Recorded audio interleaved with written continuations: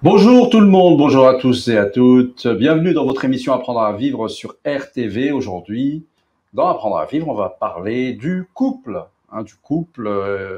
avec Enda Djeridi. Vous êtes naturopathe. On va parler du couple Mm. et peut-être plus particulièrement du couple spirituel. Alors déjà, première question, qu'est-ce que vous entendez par couple spirituel? Alors, bonjour déjà Nader. Ce que j'entends par couple spirituel, c'est le couple qui nous élève, le couple qui nous monte vers justement notre Créateur. Le couple spirituel doit nous permettre de travailler sur nos propres faiblesses, sur nos propres parties obscures. Quand je parle de parties obscures, c'est nos émotions négatives, nos énergies négatives, nos faiblesses, surtout au niveau de l'amour, parce que l'amour avec un grand A plusieurs définitions selon l'individu. Donc le couple spirituel, c'est toujours ce qui nous élève vers le haut. Voilà. D'accord. Et ça, à mon avis, ça doit être d'une rareté exceptionnelle, puisque Malheureusement. juste cette idée de s'élever avec quelqu'un vers le haut, c'est plutôt... donc déjà, il y a avec quelqu'un, et pourquoi c'est si rare alors justement? C'est si rare parce qu'aujourd'hui, en fait, on a une mauvaise notion de l'amour. On pense que le bonheur, c'est l'autre qui nous l'apporte, alors qu'en réalité, le bonheur, il est en soi. C'est déjà avant tout d'apprendre à s'aimer soi-même, de se connaître nous-mêmes. Et pourquoi il est si rare? Parce que nous, les humains, nous avons tendance à vouloir posséder. Et on se trompe en pensant que le véritable amour, l'amour inconditionnel, est un amour qui possède, un amour-passion. Alors qu'en réalité, c'est pas l'amour-passion. La passion amoureuse détruit, on le sait très bien. Et c'est pour ça que le couple spirituel se fait rare, parce nous sommes constamment dans le paraître. Donc par exemple, on va s'intéresser au physique de la personne, on va s'intéresser au porte-monnaie de la personne, à ce qu'elle possède, on va s'intéresser à des choses, des paramètres qui ne sont pas du tout en adéquation avec réellement la spiritualité. Et pourquoi le couple par exemple, le couple divin est très important dans notre évolution personnelle et aussi collective. Donc, c'est très difficile parce que déjà, vous le savez vous-même, je pense que vous êtes dedans, avec ce que vous faites aussi, avec C'est Libérez-vous. Donc, vous apprenez déjà dans un premier temps à connaître l'homme ou la femme qui désire se mettre ensemble en couple. Donc, il y a des questions, il y a du coaching, c'est pas comme ça. Et ce que j'aimerais dire, c'est qu'avant de se marier, il faut absolument faire une formation sur le mariage. C'est ce que vous faites. Oui, j'en suis sûr. Et c'est très important parce qu'on a tendance... Vous voyez, par exemple, arriver par exemple pour la femme à un certain âge, toujours l'entourage dire t'as l'âge, ça y est, t'es vieille, après pour avoir les enfants et tout. Donc en fait, on nous met dans des cases où il faut absolument se marier parce qu'on a tel âge, il faut absolument se marier parce que la fille de la voisine s'est mariée, puis toi tu vas rester vieille fille. Donc en fait, on se base sur quelque chose de complètement faussé, le regard de l'autre, alors qu'en réalité, si je dois me marier, c'est déjà avant tout de comprendre que je suis entière avec moi-même. On a tendance aussi, ça aussi ce sont des fausses croyances, à croire que je vais chercher ma moitié. Non, l'autre c'est pas ma moitié. Je suis entière avec moi-même. Et c'est qui l'autre alors à ce moment-là? L'autre, quelle place il doit occuper l'autre, il a une place importante. D'abord, on le sait.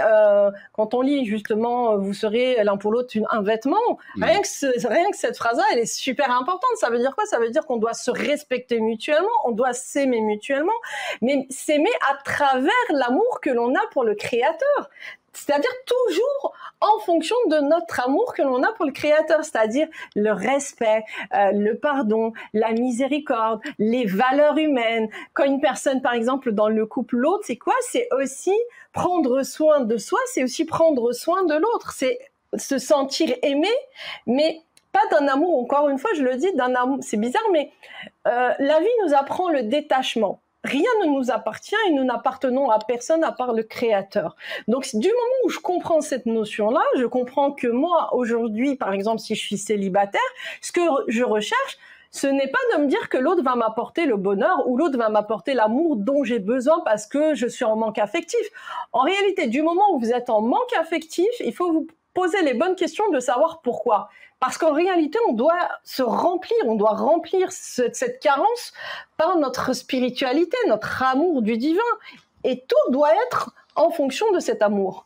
Mais est-ce que cet amour du divin seul n'est pas quand même une espèce de frein à enfin, un couple spirituel, s'il entend que les deux personnes, les deux êtres, doivent être dans la même démarche spirituelle, ça rend les choses encore plus difficiles.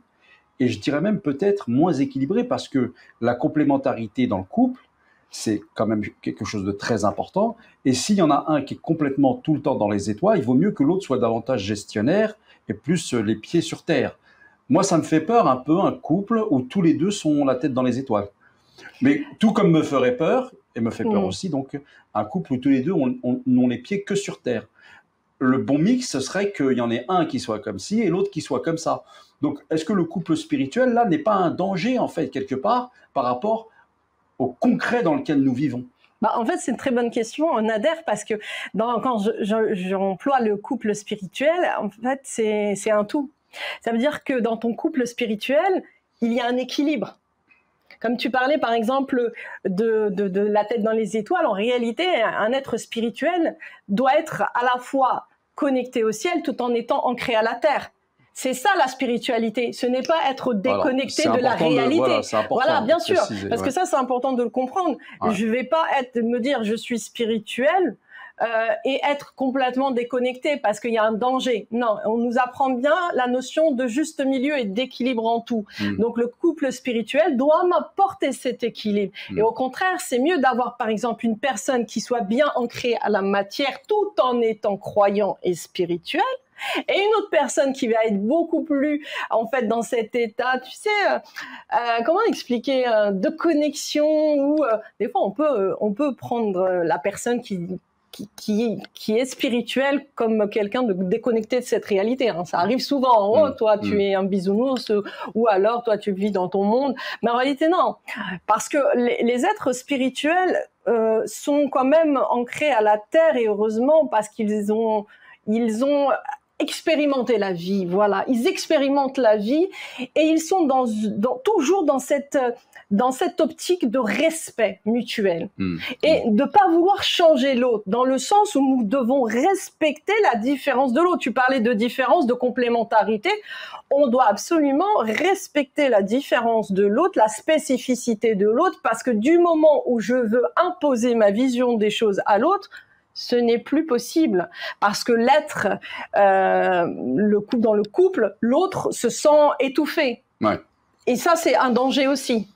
C'est un grand danger, et on le voit beaucoup.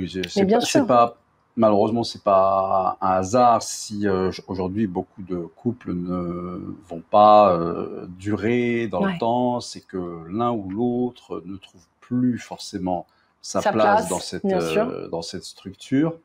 Mais il n'y a pas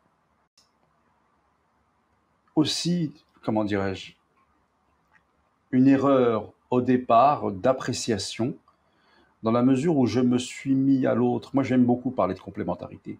Si je n'ai cherché que la compatibilité chez l'autre, tout basé sur la compatibilité, ça marche quand tout va bien. Voilà, on a les mêmes centres d'intérêt, tout va bien, c'est super. On aime le cinéma, tout va bien, c'est super, on va au cinéma. On aime la randonnée, tout va bien, on fait de la randonnée, super, c'est très bien. Sauf que dans la vie d'un couple, tout ne va pas toujours très bien. Bien sûr. Dans la vie d'un individu, il y a forcément des hauts et des bas. Des hauts et des bas. Et on en revient à ce que tu disais, à savoir si je cherche en l'autre uniquement finalement des pansements à mes propres blessures, etc., ça ne peut pas aller. Mais donc, comme je sais d'expérience que dans la vie, il y a des hauts et des bas, tout miser sur la compatibilité est un danger, me semble-t-il. Bien évidemment, une dose de compatibilité est nécessaire, ne serait-ce que pour qu'il y ait des atomes crochus au départ. Mais m'arrêter à cela, je pense que c'est dangereux. Je pense qu'il est bien plus raisonnable d'aller aussi voir s'il y a de la complémentarité entre nous deux. C'est-à-dire, qu'est-ce que c'est que la complémentarité? C'est très simple. Est-ce que d'un point de vue du caractère, par exemple, si moi je suis un peu plus sanguin, l'autre, s'il est aussi très très très sanguin, ça va pas. Il vaut mieux qu'il soit un peu plus calme. Bien sûr. Ou par exemple pour des choses bien plus pratiques, si l'autre est, je prends l'exemple qui me vient à l'esprit, mais si l'autre est davantage bricoleur, c'est très bien si moi je ne sais pas. Si l'autre sait faire ci et moi je ne sais pas le faire, moi je sais faire ça et l'autre ne sait pas le faire. dans les moments difficiles, dans les moments d'épreuve, là, le couple sait comment justement rester fort et attendre que la tempête passe, et puis voilà, on retrouve un certain équilibre. Mais là, que la compatibilité au premier vent, parfois, tout tombe par terre. Il n'y a plus rien. Il est là le danger. Donc ce couple spirituel, il faut vraiment qu'il soit mais il est complémentaire ancré. Aussi. En fait, Nader, le couple spirituel, il a un caractère. C'est-à-dire que chaque être humain a son caractère propre. Tu peux avoir dans le couple spirituel un homme qui a un fort caractère et la femme qui est beaucoup plus douce, qui va le calmer. Tu peux avoir par exemple un homme qui aime faire le bateau et la femme qui aime, je sais pas, tricoter. Vous voyez ce que je veux dire? Ouais. Ça veut dire qu'en fait, le couple spirituel ne veut pas dire que nous avons les mêmes passions, les mêmes pensées. Non, au contraire. Parce que dans le couple spirituel, c'est un couple qui m'amène à me dépasser, à dépasser mes propres parties obscures que je disais tout à l'heure, mes propres faiblesses pour m'améliorer et aller déjà vers un système d'auto-guérison déjà personnel. Parce qu'il faut savoir une chose, c'est que chaque personne va venir avec son vécu. C'est-à-dire, va venir avec ses traumas, va venir avec ses chocs. Il y a même des fois, par exemple, dans certaines familles recomposées où il y a des femmes qui ont été blessées ou des hommes qui ont été trahis par, je sais pas, leur femme ou la femme par l'homme et qui partent et qui n'ont pas guéri de leurs blessures et qui vont partir vers une autre histoire, un autre mariage et ça ne va pas durer, ça va ne pas fonctionner. Pourquoi? Parce que déjà, il faut déjà se guérir avant de refaire une autre histoire. Mais tu as... Très franchement, là-dessus, se guérir, c'est vachement important parce qu'il y a beaucoup de gens qui viennent très blessés dans une histoire de couple. Et bon, si on y arrive tout seul, c'est très bien. Si on n'y arrive pas tout seul, il faut se faire aider. Bien sûr. Et faites-vous aider par une personne en qui vous avez confiance. C'est important, c'est pas la peine de... Si vous entrez dans un cabinet vers quelqu'un vers qui ça passe pas, voilà, vous vous sentez pas bien, vous n'avez pas à vous justifier, ça le fait pas. Voilà. Mais en tout cas, restez pas seul avec ça. Vraiment, il y a des solutions, il y a des choses, ne serait-ce qu'en parler, rien que ça en parler. Ça fait du bien, bien sûr. C'est tellement important de ne pas garder ça pour soi tout seul et de croire qu'on est isolé comme ça dans le monde. Ouais. Hein, entouré mais seul. Mais beaucoup de personnes pensent qu'ils sont seuls, surtout quand ils ont vécu comme ça des traumatismes ou des trahisons. Et malheureusement, tant qu'on guérit pas et qu'on ne pardonne pas ces traumatismes et ces guérisons, et ben, on va répéter l'histoire. C'est pour ça qu'il y a beaucoup de répétitions, de cycles ou de répétitions. On va attirer le même genre de personnes, on va attirer les mêmes situations. Et on a beau fuir, je me dis je vais changer de ville et tout pour fuir, mais en réalité, vous avez beau partir à l'autre bout du monde, vous allez répéter les mêmes choses. Absolument. Pourquoi? Parce que le problème, il est en vous. Ouais, c'est pas une question de l'autre, là, c'est vraiment... c'est question de soi. Comment vous expliquez que les gens, aujourd'hui, s'éloignent du couple, quel qu'il soit, spirituel ou non, on s'éloigne de l'engagement, on s'éloigne finalement de vivre l'amour à deux, sous le même toit, avoir des enfants. Le couple vu de la manière... la plus classique, traditionnelle, fait peur. Bah en fait, ouais. Vous donne pas envie. Voilà, il y a plusieurs paramètres, on va dire. C'est multifactoriel, mais c'est surtout la société de consommation dans laquelle on vit. La société avec le numérique où aujourd'hui le virtuel est en force. Quand on voit tous les réseaux ou alors les personnes qui malheureusement draguent en ligne, alors qu'il y en a qui sont mariés, c'est devenu affolant. Aujourd'hui, cette société de consommation, c'est je te prends, je te jette, ou alors de mensonges. On crée des vies, on s'invente des vies, on va faire croire à des femmes qu'on veut les épouser alors qu'à la fin il y a rien, ou des hommes pareils, hein. C'est vice versa, hein. C'est l'homme ou la femme, hein. De toute façon, aujourd'hui on est vraiment dans une société qui conditionne et il y a une énorme perte de valeur. Moi je me rappelle du temps où on envoyait des lettres d'amour par écrit, ce temps aussi où on regardait par exemple les films d'amour vraiment avec Abdel Halim, Farid Drat, crèche. Moi, c'est vrai que j'ai grandi avec tout ça. Ces vraies valeurs d'amour, où vraiment l'amour voulait dire quelque chose, c'est-à-dire on n'osait même pas s'approcher pas de la femme, on la respectait. Ça aussi, on se dit, mais aujourd'hui, mais où sont ces vraies valeurs? Et puis, on a aussi une société dans laquelle, où, par exemple, là, actuellement, avec tout ce qu'on a vécu, que ce soit le Covid, les guerres et tout, ça fait peur. Et puis, il y a beaucoup de personnes qui veulent pas se marier et qui se posent la question, qui se disent, bah moi, j'ai pas envie d'avoir des enfants parce que si c'est pour qu'ils vivent dans cette galère ou dans ce monde-là, oui, mais ça, franchement, ça c'est leur raisonnement aussi. Hein. Oui, d'accord, j'entends. Et de toute façon, tous les raisonnements sont acceptables. Et puis, les personnes sont libres de faire les raisonnements qu'elles veulent. Mais si leurs parents, qui ont vécu dans des situations beaucoup plus difficiles, avaient tenu le même raisonnement, ces personnes-là ne seraient plus là. N'aurait jamais existé. Mais on n'a pas du tout le même caractère, on n'a pas du tout la même vie, on n'est pas du tout dans... Alors, est-ce que c'est pas justement le problème du caractère que nous avons aujourd'hui? C'est le problème du caractère et c'est aussi le problème aussi de la société dans laquelle on vit aussi. Parce qu'avant, par exemple, oui, ils ont connu les guerres, ils ont connu pire que nous, mais avant, les couples duraient. C'est-à-dire qu'on n'était pas là en train de « bon, ça va pas, allez, je divorce ». Aujourd'hui, ça ne va pas, je divorce. Ça peut changer, ça? On peut revenir à des... Ou ça va, c'est devenu finalement quelque chose de... Alors, il faut beaucoup de travail. Parce que la société... Ou est-ce que finalement, c'est pas si grave de se marier, divorcer, puis non, voilà, c'est quand même grave, parce non? Que certains vous diront, voilà, on vit plus longtemps, la médecine a fait d'énormes progrès, ce qui est vrai, donc vivre avec la même personne pendant 30 ans, ce n'est plus quelque chose... qu'on a envie de faire. Je parle même plus de peur là, je parle juste d'envie. Voilà, c'est bien de changer au bout de quelques ans. Pourquoi changer? Pourquoi vivre autre chose? Pourquoi vivre autre chose? C'est là où il faut se poser les questions aussi. Parce que j'en ai envie. D'accord. Donc en fait, on n'est plus dans un côté où je me dis que le mariage c'est pour la vie et la mort, pour le meilleur et pour le pire. Là, on est plus dans le côté bon, c'est bon, je m'ennuie maintenant, j'ai envie de ça y est, c'est bon, 30 ans de ma vie, j'ai envie de changer, j'ai envie de nouveautés. Ça peut être ça. Ça peut être ça beaucoup, oui, pour beaucoup. Alors ça laisse des personnes très malheureuses, hein. Mais moi, je vois des personnes, par exemple, j'ai vu récemment une histoire qui m'a choquée, hein, qui m'a perturbée, de ce jeune qui s'est suicidé parce qu'il a vu sa fiancée avec quelqu'un d'autre. Et c'est là où on se dit que la société actuelle rend faibles les gens, malheureusement. Les rend faibles et susceptibles au plus grand choc. Bien sûr. Là, il s'agit pour cette pauvre personne d'un choc émotionnel qu'elle n'a pas su... tenir, c'est ça vraiment le manque de loyauté. Si on pouvait juste dire un mot là-dessus, c'est important. Voilà. Que vous ayez les envies que vous ayez pas envie de vous engager, ça c'est votre liberté évidemment et c'est tout à fait respectable. Mais il faut l'assumer. Il y a rien de mal à dire à quelqu'un écoute moi voilà comment je vois les choses, mais ne surtout pas entrer dans un mensonge qui va faire mal à l'autre. La limite de votre liberté, c'est de intentionnellement faire mal à l'autre. Vous pouvez lui faire mal et c'est pas votre intention.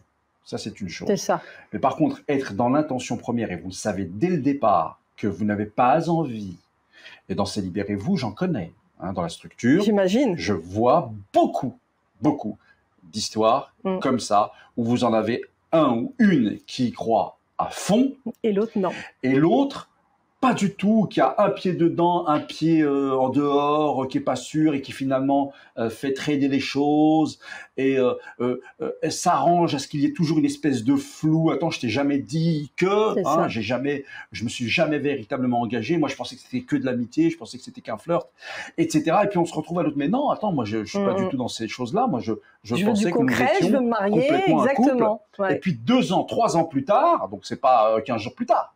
2 ans, 3 ans plus tard, il y en a un ou une qui disparaît et qui laisse l'autre tout seul.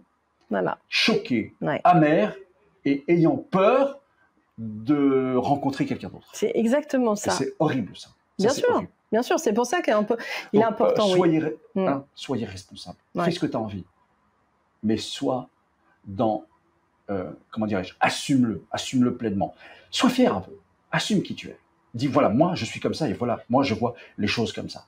Et pas se draper d'une espèce de vêtement de la vertu et de machin et de ceci et de cela, mais qui, quand il s'agit de quelque chose de concret, tout cela tout cela est oublié. Bien sûr, j'aimerais rajouter, c'est vrai ce que vous dites Nader, respecter l'autre. Pourquoi jouer parfois un double jeu ou des cas où des hommes vont avoir 2 fiancés, leur promettent le mariage à toutes les 2 pour les manipuler et à la fin il n'y a rien. Donc n'oubliez pas une chose, moi je dis toujours, je suis partisane de dire la loi de l'attraction, j'attire ce que je suis et ce que vous faites. C'est-à-dire qu'à un moment donné la vérité se sait. Ça ne sert à rien de manipuler l'autre, ça ne sert à rien de lui faire du mal, ça sert à rien de mentir, parce que tôt ou tard, vous allez vous trouver face à votre propre mensonge. Alors, Enda, justement, une question. Selon toi, combien de temps, si on prend le cas d'une femme, d'accord? Voilà, je choisis de prendre l'exemple d'une femme. Elle rencontre un homme. Et cet homme lui présente qu'il est avec elle, effectivement, comme elle le veut, dans un projet de mariage. Le laps de temps acceptable avant qu'on entre dans le concret du mariage. Quel est le... En fait, ça dépend des 2 personnes, parce qu'il y a aussi certaines femmes qui veulent prendre leur temps. Alors, ce serait combien? Même si on sait que à chacun prendre son temps, qu'est-ce que ça veut dire? Ça peut être un an. Ça peut être un an. Ouais, ça peut être un an. D'accord. Pour d'autres personnes, ça peut être moins long. Ouais. Est-ce que ça peut être plus qu'un an? Ça peut être même plus qu'un an. Ça peut être 5 ans. 5 ans, c'est un peu trop quand même. Alors, ça peut être... ça serait quoi la limite? Ça serait quoi la limite? On va dire 2 ans, ouais. 2 ans? 2 ans. 2 ans avant. Mais pendant ces 2 années, qu'est-ce qui se passe? On a parlé un petit peu aux parents ou pas du tout? Non, c'est important de parler aux parents. Alors, au bout de combien de temps on parle aux parents? Déjà, ça dépend des 2 personnes. Si réellement ils se sentent bien ensemble, ils parlent bien ensemble. Voilà, on parle bien sûr de ça. Voilà. Pour le mariage. Ouais. Généralement, c'est rapidement. C'est-à-dire dans l'année, un mois et demi. Ah oui, même dans le mois, oui, bien sûr. Même dans le mois, surtout si par exemple, pour les femmes, il y a certaines femmes qui sont proches de leur mère et qui le disent automatiquement, et qui en parlent rapidement. D'accord, mais à partir de combien de temps l'homme, donc le prétendant, devrait-il entrer en contact avec la famille de la femme? Alors, généralement... Je sais que ma question, c'est bien sûr, il n'y a pas de règle fixe. Il n'y a pas, mais après, généralement, peut-être au bout de 6 mois. Au bout de 6 mois? Ouais, peut-être. Donc, ça veut dire que si on considère qu'au bout de 6 mois, le prétendant n'a pas parlé, alors que tout va bien, n'a pas parlé aux parents, à la famille, ou juste un petit clin d'œil, un bien dîner, sûr, dire je m'engage, je veux être avec votre fille. Votre fille me plaît, j'ai envie de... Faire bien les choses, quoi. Voilà. Bah oui. Et qu'il y a toujours une espèce de non, mais j'ai un souci là, j'ai un souci par-ci, j'ai un souci par-là. On peut dire que c'est... Alors là, les hommes qui disent j'ai un souci par-ci, j'ai un souci par-là, ça peut aller 1 fois, 2 fois, 3e fois, on se pose des questions. Hein. D'accord. Là, on se dit, c'est pas possible. Et on fait quoi alors à ce moment-là, quand on se pose des questions? À un moment donné, il faut parler clairement. Est-ce que réellement tu veux te marier avec moi? Dans ce cas-là, on dit, le mieux, c'est que si vraiment tu veux te marier avec moi, tu viens avec moi voir tes parents. Parce que moi, je me souviens d'un cas où j'ai une jeune femme qui était dans le groupe, donc dans Célébérez-vous, qui avait rencontré un monsieur qui revenait... bon chic, bon genre, et qui revenait de la Mecque, qui était, donc il y avait un petit peu... Et puis, ce monsieur lui plaît beaucoup, à cette jeune femme. Il lui plaît beaucoup, et commence à se parler, etc., etc. Et moi, je lui dis, c'est merveilleux, faut poursuivre cela, tout a l'air de bien aller, ça accrochait bien, et puis, je lui dis, écoute, à partir... Bon, là, tu continues de faire connaissance, et puis, à un moment donné, voilà ce que tu feras. Tu commenceras à mettre quand même les choses, le cadre pour bien savoir où vous allez. Après, vous allez où vous voulez, mais au moins que ce soit bien clair entre vous, parce que cette jeune femme voulait se marier. C'était bien verbalisé. Et là, elle s'énerve un petit peu, elle me dit, mais non... laisse-moi vivre mon truc, j'ai pas envie de le presser, j'ai pas envie de ceci, cela, je me sens tellement bien avec ce monsieur, etc., etc. Bon, je recule, je dis pas, écoute, moi, en tout cas, je t'ai dit les choses. Et puis 1 mois et demi plus tard, elle revient à nouveau, et puis là, elle pleure, elle est très déçue, elle est malheureuse, et elle me dit, voilà, il a fini par m'expliquer que le mariage, c'était pas son truc. D'accord. Voilà, c'est pour ça que je dis que c'est bien le plus rapidement possible, aujourd'hui, où nous sommes à l'ère du flou. Hein, plus rapidement possible. Alors, il ne s'agit pas d'être une espèce de gendarme. Il ne faut pas mettre la pression non plus. C'est pas ça. Mais c'est très bien de... Délicat, pas délicat, mais franchement, de dire les choses. On va. Quel est le projet entre nous deux? Qu'est-ce qu'il y a? On n'a pas le droit de se parler ou quoi? Il y a des mots tabous. Pourquoi il y aurait des mots tabous? Tu vois, il y a des choses. Oui, mais ça, c'est ok. Une question d'éducation, malheureusement, dans certaines communautés, hein, il faut le dire. C'est tabou, par exemple, de dire les choses. C'est tabou de dire je t'aime. C'est tabou de. Bon, là, on commence à délier les langues. Mais quand même, il y a une éducation quand même assez prude qui fait qu'on a du mal à dire les choses. Eh bien là, mais là, en l'occurrence, si cette culture, c'est celle de l'engagement et du couple et du mariage, on ne devrait pas avoir du mal à dire les choses. Donc, il y a tout ça pour dire qu'il y a aussi parfois cette peur de dire des choses à l'autre et je ne vais pas lui mettre la pression parce que j'ai peur qu'il s'en aille. Mais qu'il s'en aille! Exactement. Moi, je dirais la même chose. Qu'il s'en aille. C'est ça. On a tellement peur de perdre. Mais c'est pas grave. Des fois, il vaut mieux perdre que rester pendant... J'ai pas mal d'exemples aussi de 2-3 ans et finalement rester... ensuite, il n'y a ni lui ni personne. J'ai perdu 3 années de ma vie à croire en quelque chose qui n'existe pas. Ah, mais c'est grave. Ou alors, tu as le cas aussi des femmes qui attendent, comme tu dis, 3 4 ans. Et après, et des hommes aussi, tu le précises aussi, parce que aussi, de l'autre côté, c'est pareil. Vice versa. Et du jour au lendemain, tu entends que, par exemple, son mariage est organisé. Alors là, c'est horrible pour la personne qui a attendu 3-4 ans, la personne qui entend que l'autre va se marier. Et après, qui lui pose la question, pourquoi tu te maries pas avec moi? Ben non, toi, t'es pas bonne à marier. Par exemple, ça peut être ça, où je pensais qu'on était juste amis, où je pensais que, etc. Donc le flou, dès lors qu'un flou est entretenu, il y a un loup. Exactement. C'est pas clair. J'ai besoin de clarifier les choses. D'accord? Maintenant, je terminerai là-dessus. Si toi-même, tu aimes bien ce flou, parce que tu peux l'aimer inconsciemment, à ce moment-là, pose-toi la question, pourquoi ça t'intéresse? Peut-être que toi aussi, tu n'as pas véritablement envie de t'engager. Mais c'est ton droit. Mais c'est bien que tu le saches. C'est bien que tu le saches pour être clair avec toi-même, parce que tu vas grandir comme ça. Tu as besoin de te construire aussi. Tu as besoin d'être fort. Tu as besoin d'être forte. Et vaut mieux, véritablement, dans ce monde où on a des épreuves qui nous arrivent, où là, on est vraiment faible de chez faible. Donc, les choses qu'on peut éviter, les choses qui peuvent nous fortifier, tout cela est bon à prendre. D'accord?